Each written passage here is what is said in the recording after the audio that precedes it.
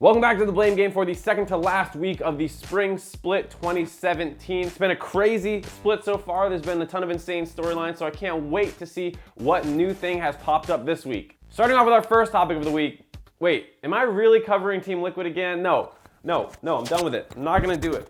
I've done them every week so far. I have nothing new to say. All right, I'm over it. They went 0-4. What do you want me to say? They're terrible? You know what? Here's what I'll say. All the blame is correct. Get me on to a new topic, please. Actually, one thing I will do is correct the spread of misinformation. Now, regardless of whether or not you think David Lim is a good coach or not, let's clear a couple things up here. 1, he was master tier in Season 4. 2, he's been with the Team Liquid organization coaching since late Season 5. And 3, yes, he was a high school basketball coach. The next topic is for a team that is slumping hard. Cloud9 lost another series this week, and this time there were no substitutions to blame it on. Impact played the whole way through. In the matchup versus Immortals, the draft came under heavy criticism. Starting with Game 1, I'd say the draft is fine. The comp obviously plays to C9's strengths, as Juggernaut is a mid-game spiking team comp. It can be a little difficult to play into Immortals comp, which does have a lot of ways to separate the team and pick the Kog'Maw, who generally likes to play a little bit as a frontliner in the team comp. Still, this was not nearly as bad as the play that came in this game, as Contracts made a number of mistakes in the early game that put the team further behind than they should have been. As C9 was beginning to stabilize, they started overfighting a bunch of skirmishes when Juggernaut generally wants to function as a 4-1 or ball comp. Juggernaut comps don't mind accelerating the pace of the game, but usually not through this fashion. It's usually done through turret trading. Hard to blame the draft when the play looks like this. Game 2 was a really solid standard draft out of Cloud9, and it turns out it really doesn't matter what you pick when your Rengar's gonna do this. The final game's draft is a little bit of a complicated one from a high level. There's nothing inherently wrong with it, though you can argue it doesn't play to Cloud9's strengths. That said, there is a case to be made about drafting to cover up some weaknesses while still maintaining your strengths. If a player struggles in lane, making sure he gets a good matchup or just taking a lane dominant champion might be a good strategy to get him out of his worst phase and into one where he can shine. Cloud9 picking Talon can be viewed much the same way, where a team that struggles to make early plays is trying to keep up with their more early focused opponent in Immortals. The Talon pick can make stuff happen all over the map from the very beginning of the game, and maybe giving Jensen a roamer had proved successful in scrims in jumpstarting Cloud9's early game. It can also hypothetically be a bad strategy if you prove ineffective at properly utilizing the champion. That was definitely the case here, as all the early skirmishes that Talon was involved in were centered around mid lane.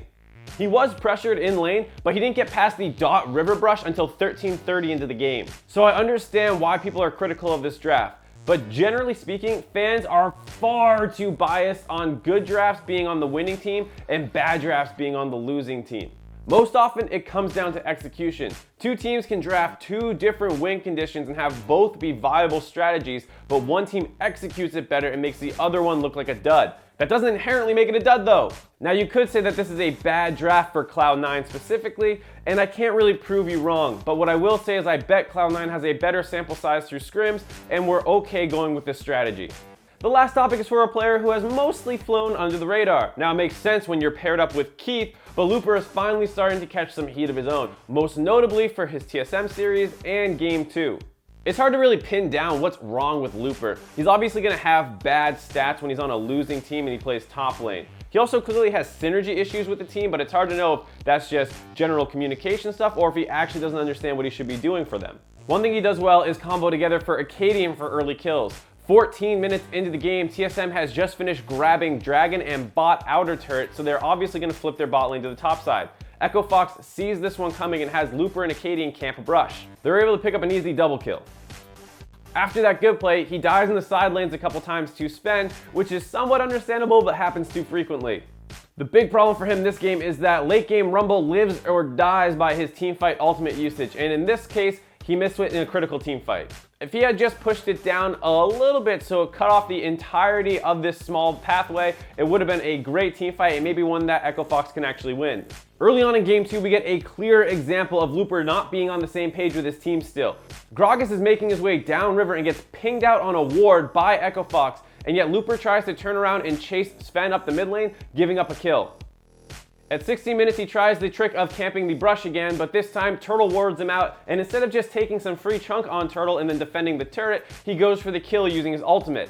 It would have been way better to save that ultimate and use it to clear the incoming wave and play the turret trading game, which is one of Rumble's biggest strengths, especially considering the fact that he knew the Lulu and Rumble were still on the top side of the map. Instead, he gets dove for it and loses his turret. Overall, since the blame is not particularly overwhelming, I'll say it's fair. I don't think he's a bad player, especially not given that it's his first split in North America and he's still getting used to a new team. I would say he's a struggling player on a struggling team and a contributor to some of its losses. The High Five Comment of the Week award is brought to you by Iman Hickey, Ian Howell, and David Peterly. And the award goes to Business Cashew, who's a bit of a mainstay in the post-game comments. I think he might be the first two-time winner, but I'm way too lazy to check that, so someone else can feel free if they wish to. I'd also like to announce the new tier of my Patreon, which was requested by a certain anonymous big streamer. That's going to do it for this week's episode. Heading into the final week, there are still a ton of tight races going on. There's the battle for the first round bye, there's the battle for trying to make the playoffs at all, and then there's a couple teams still fighting to avoid relegation. Check back next week to see who picks up the inevitable blame when these teams fail to miss those. I asked about making dumb Twitter videos and I heard positive feedback, so yeah, check my Twitter and start second guessing that decision.